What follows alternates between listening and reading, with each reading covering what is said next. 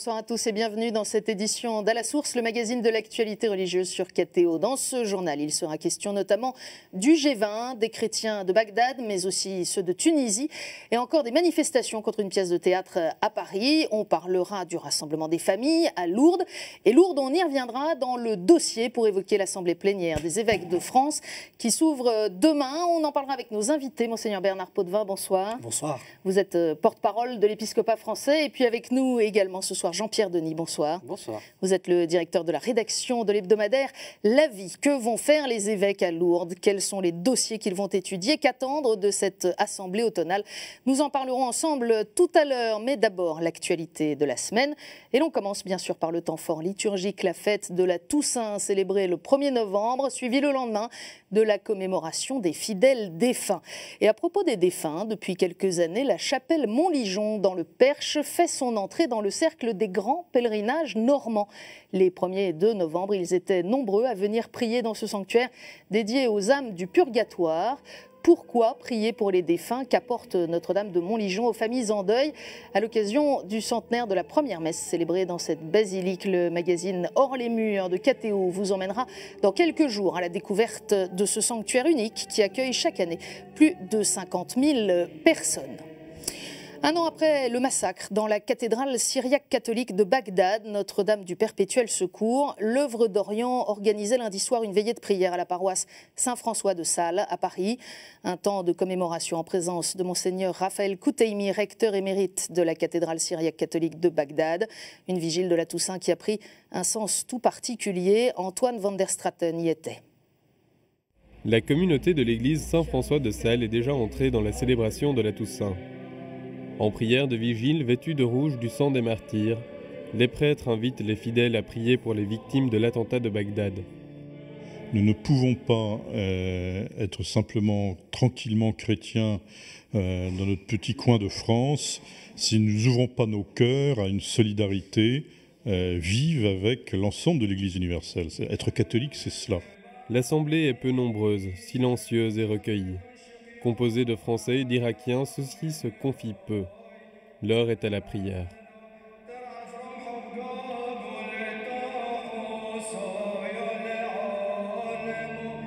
Les quelques paroles échangées disent la même litanie, celle du départ d'Irak et celle d'un retour incertain.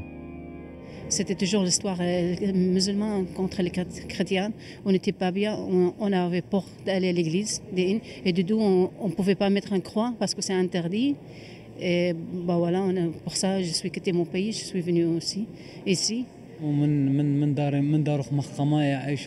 Voilà, en fait, ce qu'il dit, c'est qu'il imagine un retour possible, mais que si seulement c'est comme avant, où les musulmans et les chrétiens ils étaient bien ensemble, voisins, tout se passait bien. Se lit dans les regards la souffrance, l'espérance et le déchirement. Alors il faut regarder plus haut, en cette fête de la Toussaint. Moi je dis à tous les chrétiens irakiens, n'ayez pas peur. Et Dieu est toujours avec nous, le Christ est toujours avec nous. C'est lui qui va nous sauver, c'est lui qui va nous donner la grâce et la force pour rester dans notre pays, vivre là-bas. C'est difficile, c'est très difficile, mais c'est possible. Faut-il sauver sa peau ou rester au risque de perdre sa vie? La question reste inéluctable pour ces chrétiens irakiens, alors que le printemps arabe prend des couleurs automnales. Et à propos du printemps arabe, quelques jours après les résultats des élections en Tunisie, marquées par la nette victoire du parti islamiste Ennahda, Carole Delafont a recueilli la réaction de Monseigneur Laham. Il est l'archevêque de Tunis et il oscille entre réalisme et optimisme. On l'écoute. Avec beaucoup d'optimisme mais à la fois et beaucoup de réalisme. On s'attendait quand même à la montée de Ennahda, le parti islamique, peut-être pas avec ses proportions de 40%. On allait de 20 à 30%, mais il faut accepter. Et puis, il faut leur donner la chance de jouer leur carte et de faire leurs preuves. L'islam tunisien n'a jamais été un islam fanatique. L'islam tunisien a toujours été un islam modéré. Et d'après le discours officiel de Ennahda, on ne sent pas une tendance au fanatisme ni au radicalisme.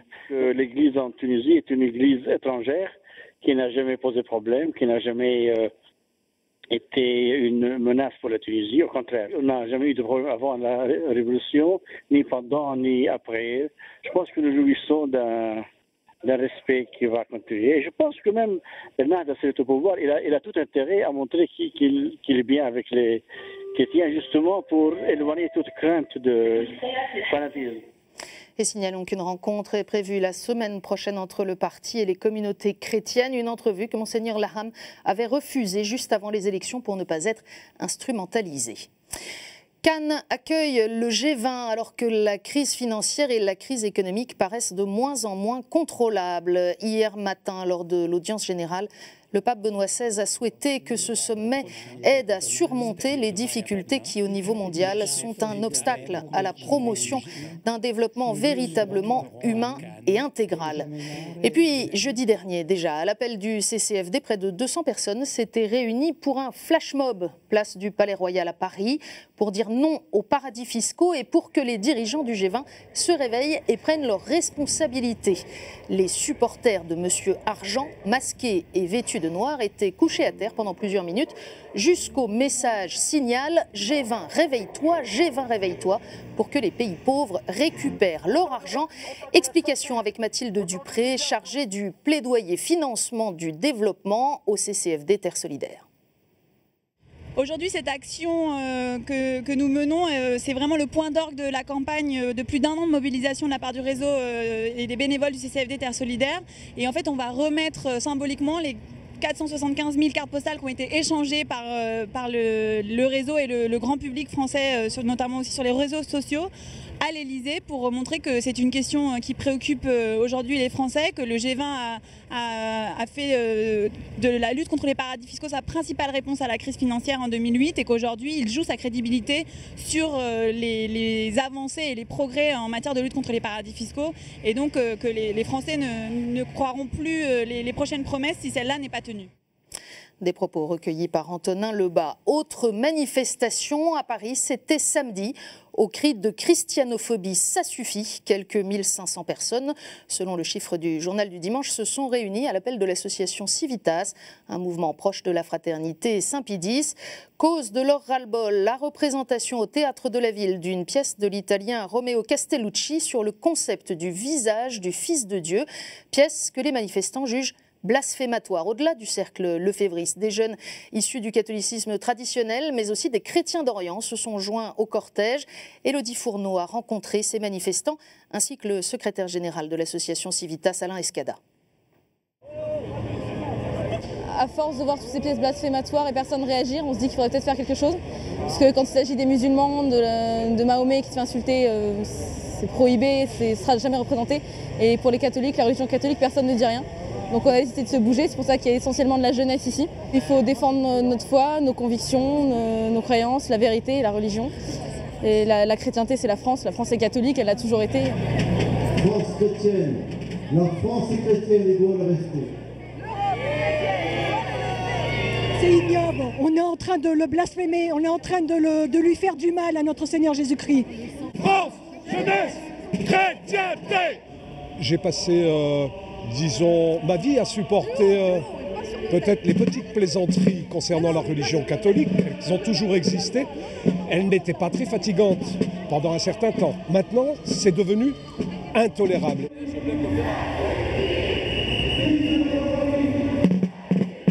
Ces gens-là, ils sont des contribuables comme les autres. Ils sont des électeurs comme les autres.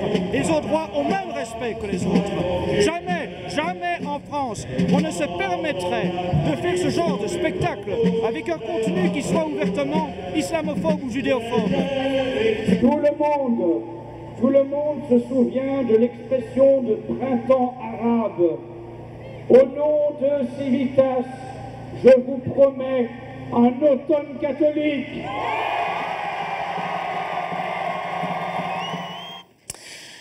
Monseigneur Potvin, j'en profite puisque vous êtes avec nous pour le dossier auquel on va venir tout à l'heure, mais comment ne pas être d'accord avec Angélique qu'on a entendu dans ce reportage qui dit qu'il faut être capable de défendre ses convictions? Défendre ses convictions, oui. D'ailleurs, nous n'avons pas attendu la manifestation de samedi pour le faire. La conférence des évêques de France réagit quand c'est nécessaire. Et l'indignation, pourquoi pas? Pourquoi pas quand c'est ajusté, mais toujours par les voies du dialogue, toujours par la rencontre. Nous voulons le lien entre foi et culture.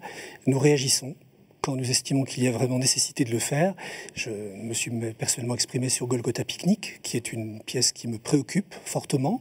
Et je dirais qu'il faut vraiment revenir vers les voies de la sérénité. Nous avons, avec le cardinal 23, demandé un dialogue profond avec les élus sur toutes ces questions. C'est par les voies du dialogue, de la rencontre, que tout cela doit se réfléchir. Il y a de véritables questions. Taper du poing sur la table ou descendre dans la rue comme le font ces jeunes. On peut taper du poing sur la table de multiples manières. On peut le faire avec douceur et avec non moins de fermeté. C'est pas par les voies de tout ce qui vient entraver une liberté d'expression que nous devons agir. Il est beaucoup d'autres voies possibles. Et nous ne manquons pas de les prendre. Ce n'est pas forcément ceux qui font le plus de bruit qui, aujourd'hui, sont les plus déterminés à défendre la foi chrétienne, mais toujours à le faire dans un esprit respectueux d'autrui et d'une vie démocratique. Monseigneur, merci pour cette réaction. Dans un instant, nous allons évoquer avec vous l'Assemblée des évêques à Lourdes qui s'ouvre demain. Les sanctuaires seront sans doute plus calmes pour cette semaine épiscopale studieuse qu'ils ne l'étaient le week-end dernier.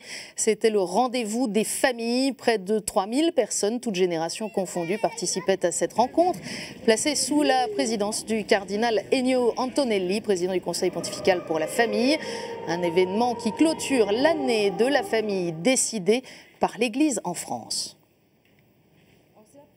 On organise ce rendez-vous, que les sanctuaires sont la puissance invitante, parce que d'habitude on accueille les pèlerinages, on accueille les personnes qui viennent en pèlerinage, et là c'est nous qui avons un peu pris l'initiative de faire, j'ai envie de dire comme ça d'une façon sympathique, les premières JMJ de la famille, voilà, au niveau de la France, et on est très heureux d'accueillir 3000 personnes qui sont venues.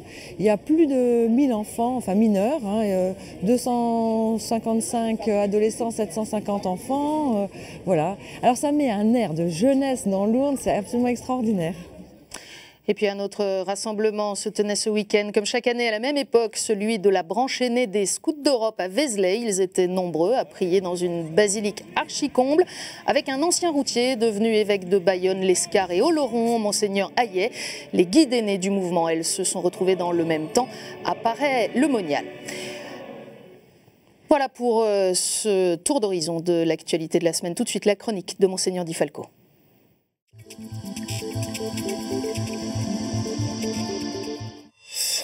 Bonjour. Question d'un journaliste à un chanteur bien connu. Quel est le nom de votre poète préféré? Réponse. Mon poète préféré, c'est le Christ, en admettant que le Christ ait existé et qu'il ait inspiré les évangiles. C'est mon poète préféré. Si l'on retrouve dans mes chansons, dans mes lignes, quelque chose de mystique, cela provient du fait que je me suis nourri de ce fameux poète.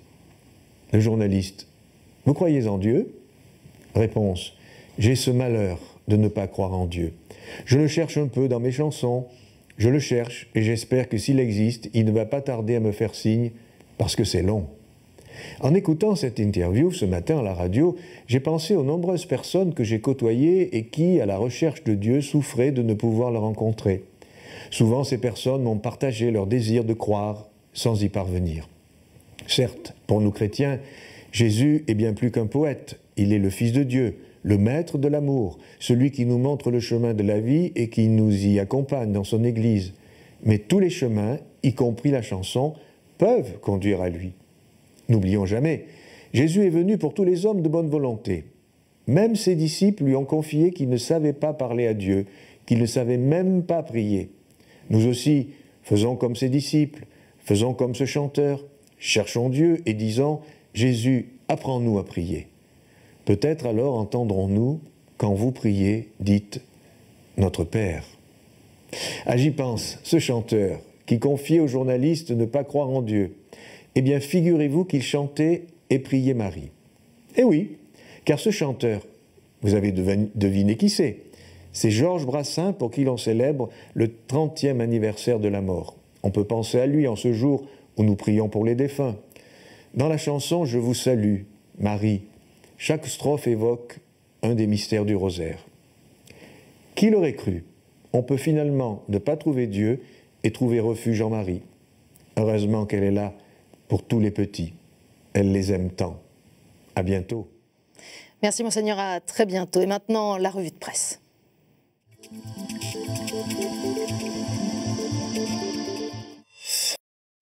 À la une de vos hebdos chrétiens cette semaine, on vient d'en parler, familles chrétiennes tirent les leçons de l'année de la famille. Dans un tout autre registre, le militantisme politique ferait-il lui aussi face à une crise des vocations?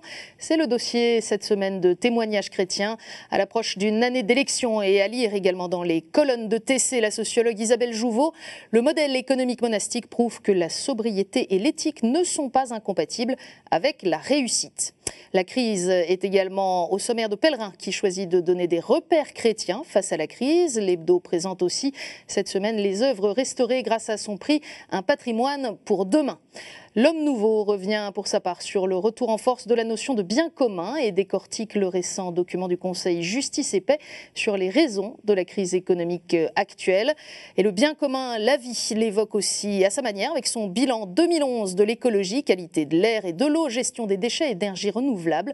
Tous les résultats département par département sont à lire dans La Vie. Et maintenant le dossier.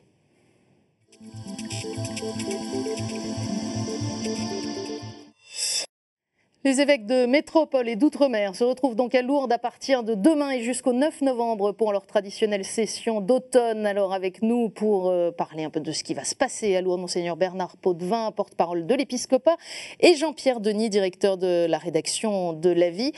Monseigneur, cette assemblée, on vient de le voir à travers ce journal, elle va s'ouvrir dans un climat tout de même assez morose, ne serait-ce qu'en raison de la crise économique grave que nous traversons. Le monde devient si délicat qu'il faut l'aborder avec des gants, disait un certain François de Sales, voici 4 siècles. Ça pourrait être l'éditorial de ce soir. Le monde devient si délicat, il faut l'aborder avec des gants, cette délicatesse, cette fragilité du monde. Toute l'actualité la souligne. Mais François de Sales ajoute, l'important est de lui dire qu'il est aimé et qu'il est sauvé. C'est ça, l'Assemblée plénière de Lourdes. C'est une assemblée qui n'a pas du tout prétention de donner des solutions, de trouver des issues techniques à ces crises impressionnantes qui ont des côtés sismiques même, bouleversants, mais en même temps de redire à quel point ce monde est aimé, ce monde est sauvé. Alors l'Assemblée de Lourdes, effectivement, comme vous le dites, va s'ouvrir demain, sous ce jour à la fois de grande inquiétude et en même temps d'appel profond à se réveiller. Parce que dans les reportages que nous regardons depuis tout à l'heure, il y a plusieurs fois quand même des rassemblements où on nous dit « réveillez-vous ». G20, réveillez-vous. Alors, réveillons-nous tous et puis ayons cet amour et cette vigilance. Jean-Pierre Denis, vos lecteurs, face à la crise économique ou en cette année électorale où il va falloir faire des choix dans notre pays, ils attendent quelque chose des évêques ? J'espère bien. En tout cas, réveillez-vous, c'était l'un des thèmes des États généraux du christianisme, chrétien, réveillez-vous. Et je crois qu'on a besoin maintenant d'un christianisme, c'est ce qu'on essaie de dire, nous, en tout cas dans La Vie, on a besoin d'un christianisme qui justement se réveille pour dire quelque chose à notre société. C'est vrai que les chrétiens ont peut-être pas la solution à la crise, mais ils ont une vision globale de l'homme. Et moi, je suis persuadé que la réponse à la crise, elle ne va pas se trouver seulement dans un G20, seulement dans une mesure, y compris de sauvetage de l'euro, elle va se trouver dans une vision globale de l'être humain. Et pour le coup, là, on a vraiment besoin des chrétiens, et je suis persuadé, pour répondre à votre question, qu'on attend une parole des évêques. D'ailleurs, les évêques parlent. Ce qui manque le plus souvent, c'est un relais pour cette parole, parce que cette parole, elle existe. Que ce soit la parole des ONG chrétiennes, vous avez montré tout à l'heure ce que fait, par exemple, le CCFD à propos des paradis fiscaux, ce que font les intellectuels chrétiens, ce que font les évêques, ce que dit le pape, bref, les chrétiens à tous les niveaux parlent et ont quelque chose à dire sur la crise.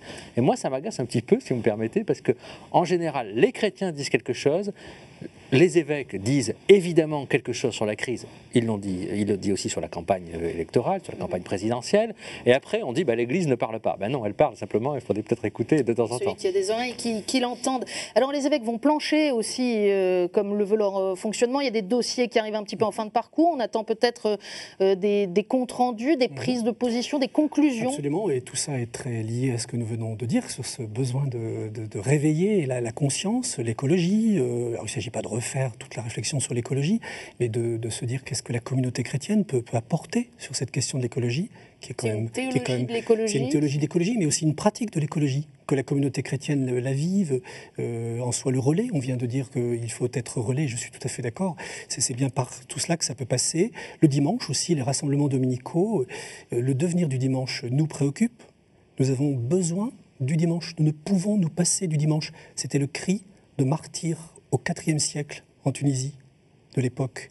Nous ne pouvons nous passer du dimanche. Est-ce qu'on redit aujourd'hui, avec énergie, qu'on ne peut se passer du dimanche afin de vivre l'équilibre humain et spirituel que nous désirons connaître. Concrètement, ça veut dire qu'au terme de leur travail sur les rassemblements dominicaux, les évêques à nouveau vont appeler au respect du repos dominical. Oui, et puis pas seulement qu'un appel incantatoire, ce sera aussi des fiches pratiques d'animation pastorale pour les communautés, et puis je l'espère, l'aboutissement d'un message rendu public aux communautés chrétiennes. C'est aussi une question ad intra, parce que les rassemblements dominicaux, c'est pas forcément la messe avec un prêtre aujourd'hui en France. Exactement. Il y a à bien reconsidérer ce qu'est le dimanche, ce qu'il devient. Vous attendez quelque chose, vous, Jean-Pierre, de ces textes? Vous étudiez ces différents dossiers? Encore heureux, c'est quand même mon métier de journaliste. Et justement, je vous le disais, je suis assez souvent exaspéré par le fait que les journalistes ne lisent plus les textes fondamentaux de l'Église. Encore un exemple, puisque vous parliez d'écologie. Le discours que Benoît XVI a fait récemment au Bundestag, qui est un discours sur l'écologie, c'est un discours fondamental. En appelant à aller jusqu'au bout de l'écologie, c'est-à-dire jusqu'à l'écologie humaine. Jusqu'à l'écologie humaine. Mais c'est un discours absolument exceptionnel. C'est, je pense, l'un des plus grands discours du pontificat de Benoît XVI, et c'est aussi le discours le plus original et je pense le plus profond qu'on ait entendu sur l'écologie ces dernières années. Où est-ce que vous en avez entendu parler? Sur KTO sans doute, bien sûr, dans la vie évidemment, mais moi j'aimerais que nos confrères de la presse, non pas généraliste mais non chrétienne, nos confrères de la presse non chrétienne, ils ne seront pas très nombreux à Lourdes pour l'assemblée plénière, comme on l'observe depuis quelques années déjà. C'est une de nos questions, effectivement, il faut travailler à la fois on se souvient, cette invitation. Il y a 30 ans, quand les évêques se rassemblaient, il y avait des cartes de télévision, il y avait une sorte d'effervescence. Aujourd'hui, on est une petite quinzaine les grands jours en salle de presse. Oui, cette couverture de l'événement doit nous interroger. Et il ne faut pas se résigner, il faut vivre effectivement cette recherche de voix nouvelles. Je suis très frappé, par exemple, du trop faible retentissement de la parole d'Assise. Ce qui se dit voici quelques jours à Assise aurait dû avoir une résonance planétaire bien plus grande. Là, on évoque on a eu dans de nombreux pays, pas forcément en France. En France, vous savez ce qu'on a montré. En France, ce qu'on a montré, c'est la manifestation des intégristes. En même temps, il y avait un rassemblement place du Trocadéro, qui était un rassemblement, je crois, important, des principaux responsables religieux pour appeler les religions au service de la paix. Donc là, je trouve qu'à un moment donné, il faut dire les choses. Il y a quand même un problème. Je trouve que dans le traitement... Jusqu'à dire que c'est un problème de relation à l'information pure? Oui, je pense que c'est un problème d'ordre journalistique. Moi, je ne crois pas que ce soit... Il y a évidemment sans doute une part de méconnaissance. Je ne crois pas qu'il y ait un complot anti-chrétien. Je pense que le christianisme est traité, je dirais malheureusement ou heureusement, comme l'ensemble des faits de société, c'est-à-dire d'une manière qui souvent n'est pas assez approfondie. Et moi, je plaide pour qu'on réinvente notre métier de journaliste, mais tout bêtement, en faisant notre métier. Tiens, si on faisait notre métier, c'est-à-dire l'Église a dit quelque chose, mais qu'est-ce qu'elle a dit exactement? Lisons-le, juste, donnons-nous la peine de le lire, et éventuellement critiquons après. Les questions de l'indignation... Pour autant, mais on n'aura pas le temps d'épuiser ce débat ce soir, que son langage soit aussi compréhensible, adapté, percutant. Ça, c'est vrai qu'il faut arriver... Nous devons travailler cet aspect, absolument. C'est vrai qu'on aime. C'est vrai qu'il y a une injonction contradictoire. C'est-à-dire qu'en même temps, on vous demande d'avoir un message qui est compréhensible en 1 minute 15. C'est un peu la difficulté. C'est le défi. C'est à peu près le temps qu'il nous reste. Pour parler boutique un petit peu, parce que cette assemblée, les évêques s'y retrouvent, il y a beaucoup de commissions épiscopales, de conseils épiscopaux qui vont changer de tête parce que les mandats arrivent à leur terme. Alors, c'est la distribution des fauteuils. Au-delà de ça, est-ce que... c'est pas que ça. Non. D'abord, ce sont des pères évêques qui ont vécu 2 mandats. Donc désormais non renouvelables, et qui ont à transmettre 6 années d'animation dans des domaines aussi importants que la catéchèse, la liturgie, famille et société, donc des commissions vraiment très importantes. Mais il va y avoir des nouveaux visages, par exemple. C'est aussi faire un état de ce à quoi nous en sommes. Ce sont des questions essentielles pour la vie des communautés chrétiennes. Et puis bien sûr des nouveaux visages. J'espère qu'un dynamisme nouveau va se trouver, parce que c'est très important qu'il y ait aussi des relais qui se prennent, que de nouveaux évêques puissent prendre vraiment l'animation de ces commissions. Et moi, j'attends vraiment avec beaucoup d'impatience ces résultats. Je serai très attentif. De lecture, Jean-Pierre Denis aussi, De l'état des lieux de l'épiscopat français. C'est là qu'évidemment le journaliste a l'esprit curieux, il aimerait savoir les raisons du choix de telle ou telle personne. Et moi je pense que, je comprends en même temps que l'institution gère, comme toute institution, ces affaires-là, plus ou moins à huis clos, dans une discrétion, etc.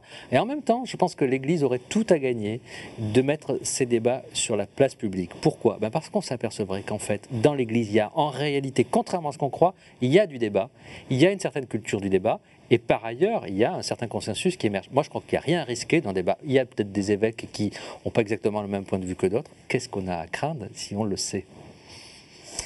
C'est en tout cas un message que Monseigneur Potvin fait passer à l'épiscopat de notre part à tous régulièrement. Merci à tous les deux. On aura l'occasion de se retrouver à Lourdes puisque Kathéo, bien sûr, vous permettra tout au long de ces jours de suivre l'Assemblée plénière des évêques de France. Merci à tous les deux d'être venus sur ce plateau. À très bientôt.